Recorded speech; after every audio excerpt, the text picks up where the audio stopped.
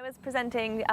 research from my PhD looking at how freshwater fish communities change across a land use gradient at the SAFE project and how that interacts with drought, the El Nino drought in 2016,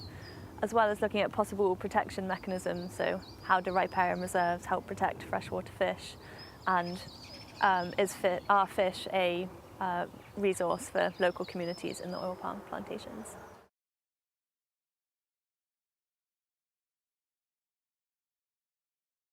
So we found that with any disturbance from primary rainforest, there was a significant loss of species and functional richness,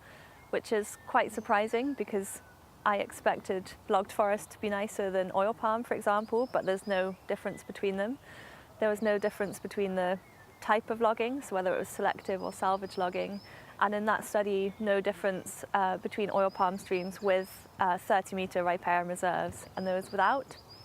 So then looking at kind of the factors that might influence riparian reserves, we actually found that riparian reserves are kind of more than 35 metres, but preferentially even bigger than that, either side of the stream, would actually be much more beneficial for individual species abundances and different fish community metrics. And we also found that the drought didn't seem to have a significant impact on very common species, which were the only ones we could use to model. But density of fish was much lower in logged forest streams.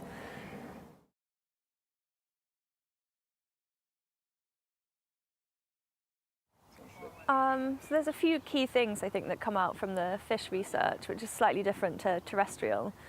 Firstly, that logged forest was as sort of negative for freshwater fish as conversion, so much more needs to be done earlier in that process during logging as well, and ensuring sort of either reduced impact logging happens where you plan roads and skid trails and stuff, or sort of prevent logging actually in the riparian areas, which definitely doesn't seem to have happened at the SAFE project up until this point. And also where riparian reserves are present, try and maintain a high forest quality. Where reserves have been lost, restore those where possible, as they've been shown in other studies as well in parts of this study that they are highly beneficial for freshwater fish.